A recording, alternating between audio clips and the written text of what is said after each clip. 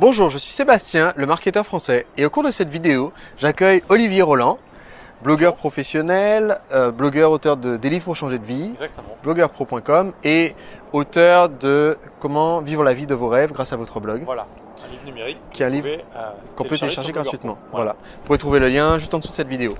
Aujourd'hui, dans cette vidéo, je voudrais partager avec vous une astuce, un concept tout simple de marketing qui est essentiel quand vous vendez votre produit et service et qui est primordial quand vous allez lancer un nouveau produit et surtout quand vous allez utiliser un lancement orchestré. Donc, cette stratégie marketing qui consiste à mettre le produit sur le marché en créant l'envie chez vos clients.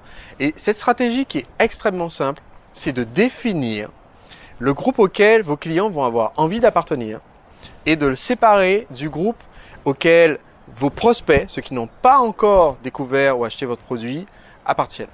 Donc, je voulais qu'Olivier soit présent parce que ayant utilisé différentes, ayant utilisé différentes tactiques de lancement orchestré, ayant fait plusieurs lancements orchestrés sur des secteurs différents, Olivier a utilisé cette tactique plus d'une fois.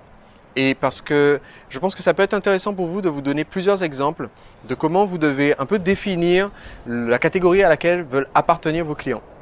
Donc, Olivier, je sais que tu as une formation qui est très connue qui s'appelle Blogueur Pro. Exactement, oui. Et je me souviens t'avoir entendu parler récemment du concept de blogueur journaliste. Oui. Et je voudrais que tu nous expliques quelles sont les deux catégories. Est-ce que blogueur journaliste, c'est une des catégories justement que tu définis par rapport à tes clients? Oui. Et quelle est la différence entre les deux catégories? Alors, en fait, oui, je parle des blogueurs journalistes parce que l'essentiel des blogueurs qui gagnent de l'argent, enfin qui gagnaient de l'argent en France jusqu'en 2010-2011, c'était des blogueurs journalistes. D'accord. Alors, qu'est-ce que j'appelle être un blogueur journaliste? Un blogueur journaliste a plusieurs caractéristiques. En général, ils font du travail de qualité, faut quand même le dire. C'est pour ça qu'ils gagnent de l'argent grâce à leur blog. La première caractéristique, c'est qu'ils écrivent sur des sujets d'actualité. Donc, des sujets d'actualité liés à leur domaine. Alors, les exemples les plus emblématiques, c'est tous les blogueurs journalistes qui travaillent dans le secteur de l'informatique, des nouvelles technologies, et qui donc doivent sans cesse en fait écrire des articles sur les nouveaux produits qui sortent, les tendances sur Internet, sur Apple, ce genre de choses. Ce qui veut dire qu'un article publié sur l'iPhone 2 sera très vite périmé puisqu'il faudra publier un nouvel article quand il y aura l'iPhone 3G, l'iPhone 4, l'iPhone 5, l'iPhone 6. Voilà. Alors voilà, exactement. La caractéristique principale des blogueurs journalistes, c'est qu'ils doivent toujours remettre du bois dans le feu pour que le feu continue à s'alimenter. Et parce que voilà, leur contenu est expiré est obsolète au bout de 2 ou 3 mois, bon parfois un peu plus, mais clairement un blogueur qui parle des nouvelles technologies, les articles qu'il a écrits il y a 3 ans, ça n'a plus beaucoup de pertinence en général.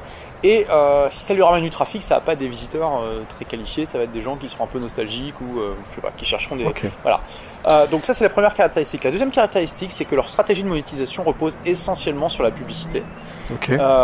Et le gros problème de cette stratégie de monétisation, c'est qu'il faut un trafic énorme, mais vraiment énorme pour Le trafic, c'est le nombre de nouveaux visiteurs qui viennent sur le blog tous les jours. Exactement, voilà. Il faut vraiment un flux énorme de visiteurs quotidiens pour que ça commence à rapporter suffisamment pour qu'on puisse en vivre. D'accord. Et malheureusement, ce type de trafic est tellement énorme qu'il est assez inaccessible pour la plupart des gens. Ok, donc là en fait, ce que tu as fait au début, ce que tu as eu comme réflexion quand tu as lancé Blogueur Pro, c'est de dire la plus grande partie des gens qui sont présents, on va dire, qui sont sur le marché, qui sont des gens qui utilisent une certaine approche, correspondent à cette catégorie à laquelle tu te donnes un nom, qui sont les blogueurs journalistes. Oui. Catégorie qui a ses avantages, on va dire, c'est les gens qui font certes du travail de qualité, mais qui a ses défauts. Oui. Et ensuite, tu dis, ok, quelle est l'autre catégorie dans laquelle on peut avoir plutôt envie de se placer? Voilà. Donc, moi, je vais appartenir à une autre catégorie de blogueurs professionnels qui sont les blogueurs entrepreneurs et qui donc justement ont des caractéristiques différentes des blogueurs journalistes. La première, c'est qu'ils se focalisent sur la création de contenu qui n'a pas de date d'expiration. C'est-à-dire que, en gros, quand un blogueur entrepreneur écrit un article ou fait une vidéo ou fait un podcast, dans la majorité des cas, pas tout le temps évidemment, cet article, cette vidéo, ce podcast pourra être consulté dans 2 ans, dans 3 ans, dans 5 ans, et ce sera toujours aussi pertinent. Et ça, c'est quelque chose qui fait une différence fondamentale parce que, évidemment, entre un blogueur qui écrit du contenu qui devient obsolète au bout de 3 mois et un autre qui écrit du contenu qui, au contraire, dans 3 ans, dans 5 ans, peut-être même dans 10 ans, sera toujours valable, imaginez la différence que ça fait. Dans le deuxième cas, tout le travail que vous avez fait il y a 3 ans continue à vous rapporter du trafic, Continue à eh bien, montrer votre expertise à vos visiteurs, continue à générer du bouche à oreille, parce que quand quelqu'un découvre cet article qui est pertinent, il va en parler à d'autres personnes. Bref, ça continue à travailler pour vous. Et c'est ça, c'est une différence énorme. Les blogueurs entrepreneurs, leur travail s'accumule au fur et à mesure du temps et finit par travailler pour eux. Alors que les blogueurs journalistes, malheureusement, doivent sans cesse continuer à faire tourner la roue pour exactement. Ça fonctionne. D'accord. Donc là, on a un bon exemple de deux catégories différentes. Je donnais un ou deux autres exemples. Par exemple, sur ma première activité, celle sur laquelle on me connaît à l'origine, c'est le conseil en séduction. Et je définissais les apprentis séducteurs, qui sont des hommes bien sous tout rapport, qui ont un bon boulot, une bonne situation, qui ont des amis. Typiquement, vous en connaissez sans doute, c'est le gentil garçon qui a 35 ans, entend tous les jours et à qui on dit voilà, je comprends pas que tu sois encore célibataire. Pourquoi est-ce que les filles sortent pas avec toi? Souvent c'est leurs amis qui disent ça alors qu'eux ils disent bah oui mais t'as qu'à sortir avec moi.